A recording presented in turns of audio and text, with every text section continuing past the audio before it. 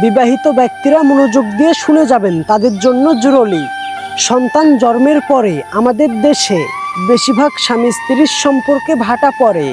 2জন বা 3জন বাচ্চা হলে তো কথাই নেই, স্বামী স্ত্রীর সম্পর্ক হয়ে যায় ভাই বোনের মতো।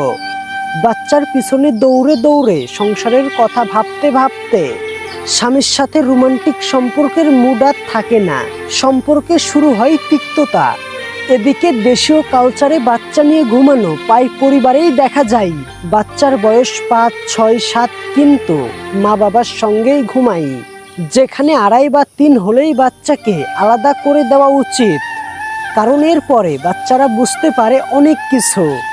রাতে ঘুম ভাঙলে সে মা বাবাকে অপ্রস্তুত অবস্থায় দেখলে তার মনে কেমন প্রশ্ন জাগবে, তেমনি উল্টো দিকে বাচ্চার সঙ্গে একসঙ্গে শোয়ার কারণে দাম্পত্যে বিঘ্ন তৈরি হয়। তাহলে করণীয় কি? বাচ্চার বয়স 2.5 বা 3 হলেই তাকে আলাদা করে দেন। বাচ্চা কিন্তু কষ্ট পাবে না, কষ্ট পাবেন আপনি।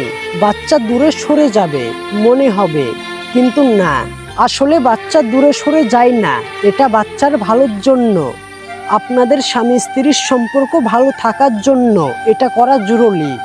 বাচ্চার রুমটাকে আলাদা করে দেন, বাচ্চার জন্য আলাদা বিছানা রেডি করুন, ওর রুমটাকে ওর মতো করে সাজিয়ে দিন। রাতে গল্প শুনিয়ে কিংবা বই পড়িয়ে ওকে ঘুম পাড়ান।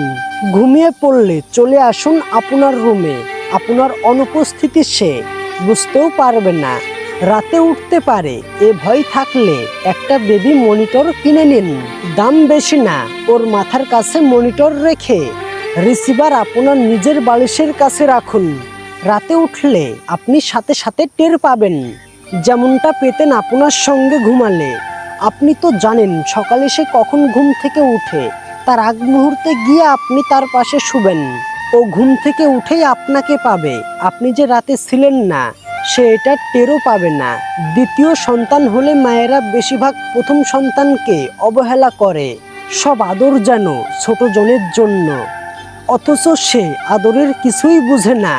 আর যে বুঝে সে বড়জনকে কথাই কথাই ডাক দেওয়া, বকা দেওয়া চলতেই থাকে।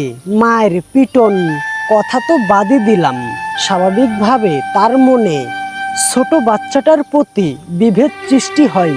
ভাবে ও না থাকলেই ভালো হতো, মা আদর করত। অথচ মায়ের উচিত এই সময়ে বড়জনকে বেশি সময় দেওয়া, আদর করা, বড়জনকে বোঝানো তোমার প্রতি আমার ভালোবাসা একটুও কমেনি।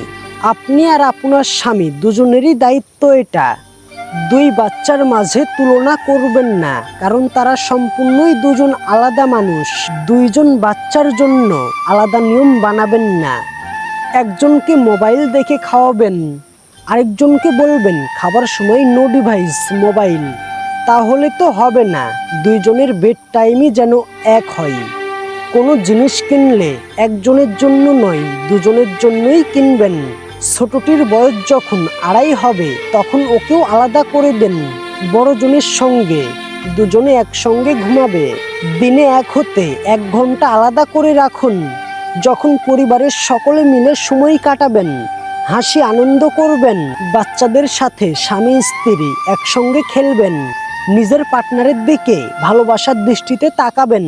মেজাজ যদি বেশি খারাপ হতে থাকে অকারণে, তবে সরে যান প্রিয় মানুষগুলোর কাছ থেকে, তাদেরকে আঘাত করার আগেই। আলাদা রুমে গিয়ে বা বারান্দার ছাদে গিয়ে মেডিটেশন করুন। নিজেকে জিজ্ঞাসা করুন যে কারণে আপনার মেজাজ খারাপ সে কারণটা কতটা যুক্তিযুক্ত। গভীর নিঃশ্বাস নিন, মন খারাপকে ছড়িয়ে দিন বাতাসে। সংসার তৈরি হয় স্বামী স্ত্রী ও সন্তানকে নিয়ে। সংসারের কাজ করতে করতে এই মানুষগুলো যেন অবহেলিত না হয় সেটা নিশ্চিত করার দায়িত্ব কিন্তু আপনাদেরই। ভালোবাসার সম্পর্কগুলো অটুট থাকুক।